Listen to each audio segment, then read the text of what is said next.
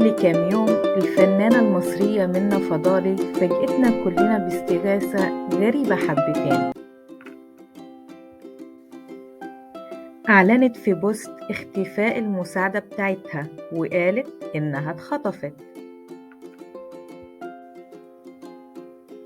وإن أهلها ما يعرفوش عنها حاجة، وكتبت: أنا للأسف في موقف مش عارفة أتصرف فيه. المساعدة بتاعتي اختفت وهي جايالي على التصوير من أول امبارح، وكل ده أهلها بيدوروا عليها في المستشفيات والأقسام. الواضح إنها اتخطفت.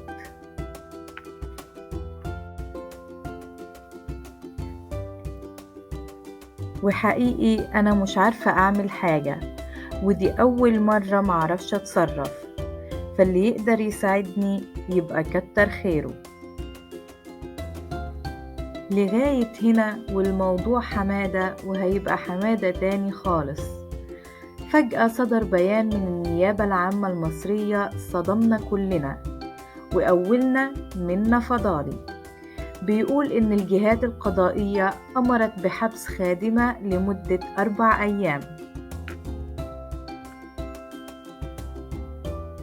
لاتهامها بادعائها خطف شقيقتها، لأن بعد التحريات اكتشفت النيابة إن المساعدة بتاعت منة فضالي تم ضبطها وهي بتعرض مشغولات ذهبية مجهولة المصدر للبيع بأحد محلات الصاغة.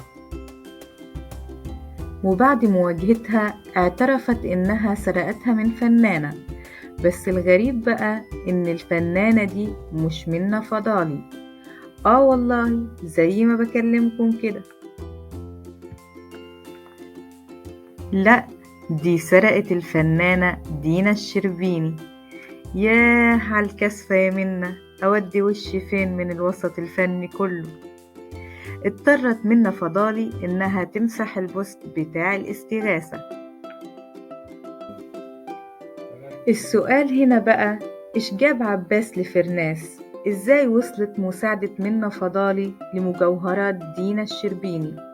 القصة يا سيدي بسيطة جدا، لأن مساعدة منة فضالي كانت بتشتغل عند دينا الشربيني كمان، وقررت إنها تخطف كم حتة ذهب وتبيعهم عند الصاغة.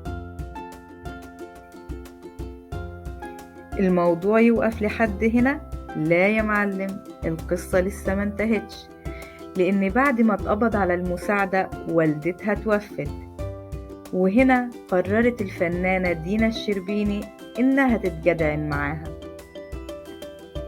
وخدت بعضها وطلعت على النيابة، وادعت هناك إن هي اللي بعتت المساعدة بتاعتها علشان تبيع الذهب بتاعها،